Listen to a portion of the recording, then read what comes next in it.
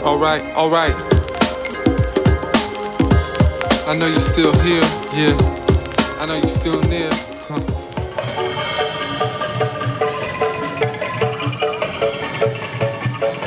Bon, donc en fait ce que vous venez de voir c'est les danses traditionnelles javanaises et donc aussi la musique javanaise et en fait c'est vraiment typique. C'est vraiment typique aussi voilà, javanais, mais ça se passe à cause des vacances du Ramadan parce que là pendant 2 semaines c'est les vacances du Ramadan parce que le Ramadan vient de se terminer. Et donc du coup c'est assez exceptionnel en fait, il n'y a pas ça tout le temps, c'est vraiment uniquement après le Ramadan. Il y a énormément de gens qui viennent ici à Yogyakarta pour rejoindre leur famille pour leurs vacances, c'est des gens qui habitent à Jakarta. Et donc du coup il y a une ambiance vraiment particulière, il y a énormément de monde dans les rues, il y a énormément de partout, tous les hôtels sont pleins, tout est full, les complets et tout. Et donc voilà, apparemment c'est une ambiance qui est assez particulière ici et qu'on ne retrouve pas tout le temps.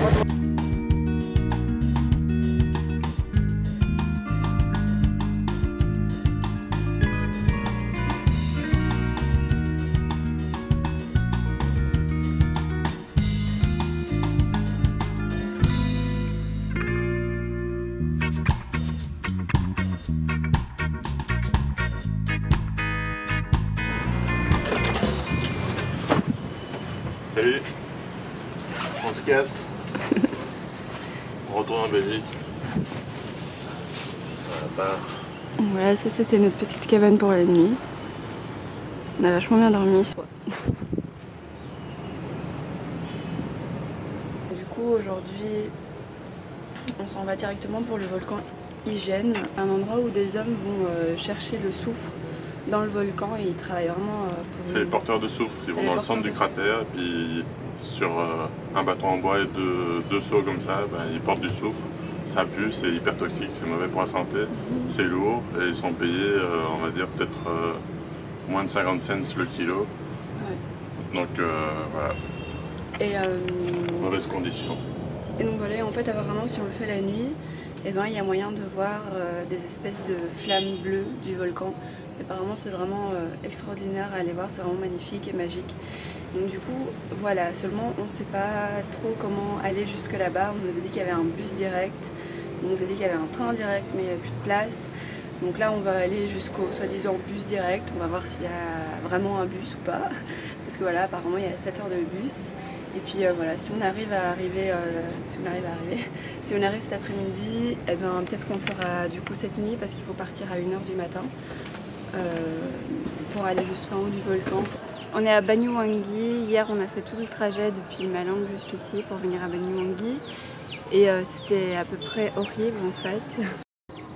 Et donc du coup hier on était un peu trop fatigués, on a décidé de rester. C'est chiant.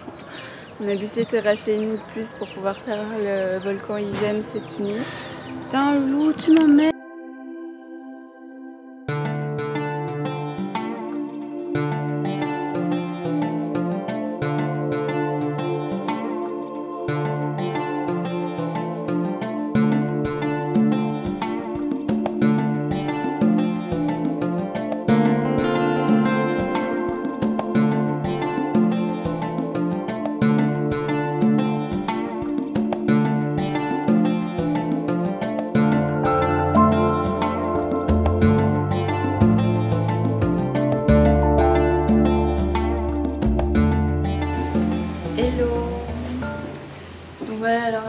Ce matin on a fait le mont Ijen pour pouvoir voir les Blue Fire pendant la nuit. Et donc du coup on a loué un scooter pour pouvoir y aller vers... je pense qu'on est parti vers minuit, on a eu 1h30 de route. Alors les choses ont bien commencé parce que on n'arrivait pas à monter jusqu'en haut du mont avec le scooter, ça ramait totalement donc voilà, on a dû abandonner le scooter. Du coup il y a 2 types qui nous ont monté jusqu'en haut, qui nous ont fait payer super cher. On a payé l'entrée pour aller jusqu'au volcan et puis après on est monté et là il a commencé à pleuvoir mais vraiment très très fort. Et puis après on est arrivé en haut après avoir marché 3 km sous la pluie, on était trempés, c'était horrible. Et on a vu quelques Blue Fire que je vous ai montré avant. Et puis après, juste là, je vais vous mettre la photo d'Antoine et moi avec nos masques à oxygène. Après, on a décidé de pas descendre jusqu'au fond du cratère parce que moi je trouvais ça trop dangereux, il commençait à trop pleuvoir. Et donc ouais, clairement ça devenait le volcan devenait une rivière. C'était vraiment, je trouvais ça vraiment dangereux, on était trempés, c'était horrible. Donc voilà, en fait selon le Lonely Planet, ils expliquaient que qu'il fallait apporter des cigarettes et des biscuits aux porteurs de soufre, etc. Qu'ils seraient super contents, que si on voulait faire une photo avec eux, bah, il fallait un petit peu les payer et tout. Sauf que maintenant, apparemment, de ce que nous on a vu et de ce qu'on a vu dans le Lonely Planet, bah, c'est vraiment devenu un business parce qu'en fait ils vous vendent des kawés, ils vous vendent les masques anti-gaz. Franchement, il n'y en a plus énormément qui vont chercher du soufre parce qu'ils gagnent beaucoup plus d'argent en fait à faire des trucs touristiques, bien jouer au guide. Voilà, ils gagnent beaucoup plus d'argent que d'aller chercher du soufre, mais il y en a quand même encore qui vont chercher du soufre. Ah oui, et Antoine me dit, c'est vrai, pour la descente, avec leur chariot avec lequel ils ramènent le soufre en bas, eh ben, ils font payer les gens pour pouvoir les ramener dedans. Donc c'est genre des taxis, c'est vraiment n'importe quoi. Et donc ouais, il y avait énormément de monde. Nous, de ce qu'on lisait, franchement de ce qu'on lisait dans le Lonely Planet, on pensait qu'on allait être 10 quoi, tu vois, un truc comme ça. Et en fait, il y avait des centaines de personnes en pleine nuit. Donc voilà, on était un peu déçus et nous, ça nous a personnellement pas vraiment plu. On n'a pas eu une super expérience, même si les Blue Fire, c'est quand même super beau, c'est vraiment très joli. J'espère que sur la vidéo, vous verrez quelque chose, c'est vraiment très joli, mais... Voilà, c'est atypique et je pense que pour les gens qui aiment les randos, qui aiment les volcans, qui aiment faire vacances sport, ben, ils doivent vraiment kiffer, mais Antoine et moi, perso, on n'aime pas trop ça. Donc voilà, là on l'a fait parce qu'il fallait le faire, entre guillemets, mais voilà, on n'a pas trop kiffé. Et donc quand on est revenu en bas du volcan, là où normalement il y a le parking pour les scooters, ben, du coup nous, notre scooter, il était quelques kilomètres plus bas parce qu'on avait dû l'abandonner.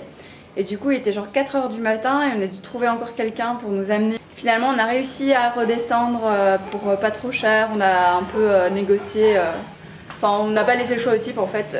Voilà, on lui a dit on a ça, on n'a rien d'autre, tu te débrouilles.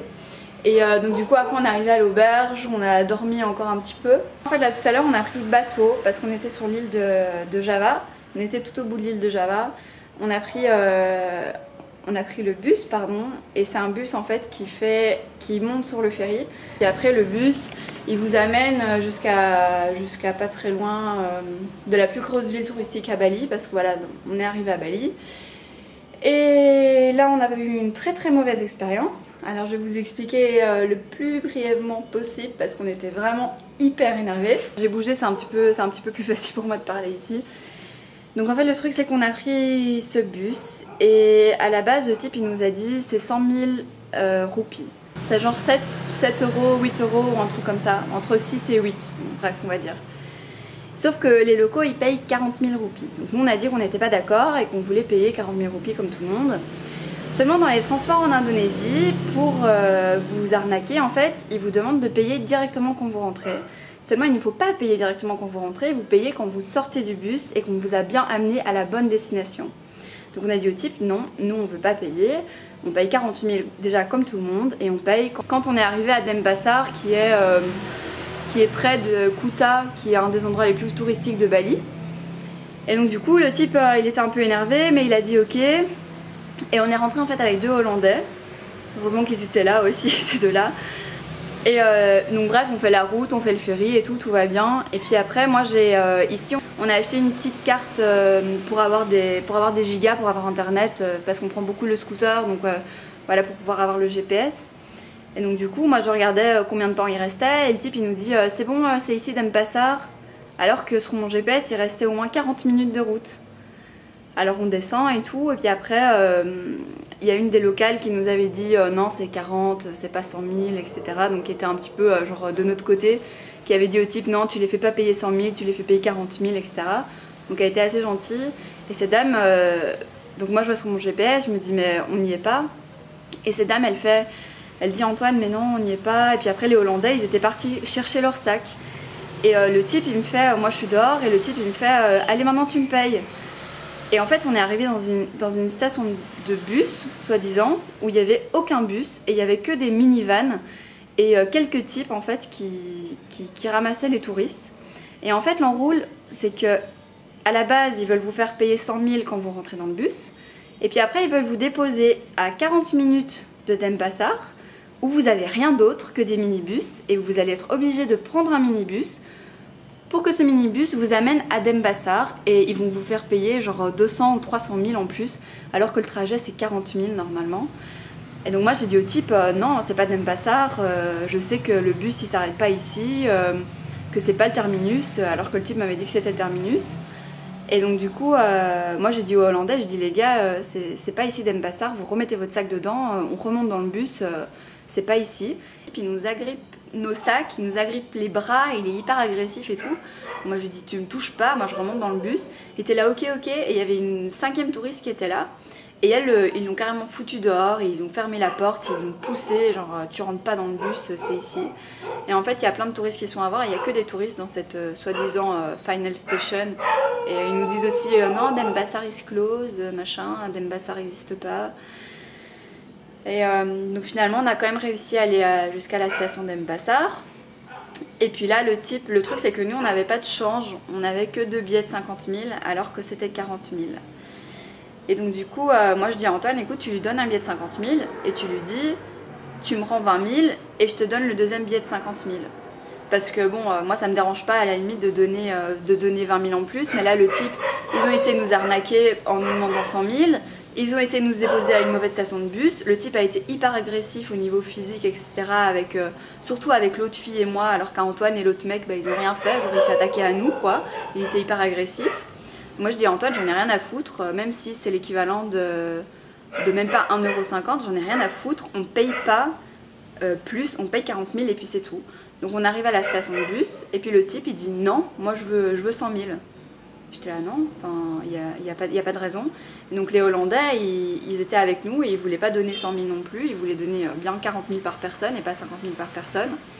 Puis là c'est vraiment parti en cacahuète, le type il a commencé à s'énerver, enfin c'est vraiment devenu violent, il était là, je vais voir la police. Je dis ok, d'accord, on va voir la police. Alors il nous amène vers des gars qui n'étaient pas la police. Alors les types ils étaient là, allez venez. Alors je leur dis vous n'êtes pas la police, donc moi je vous suis pas quoi, vous n'êtes pas la police donc voilà, et je leur explique la situation. C'est parti un petit peu en couille, Antoine s'est un petit peu énervé, ça a été un petit peu violent.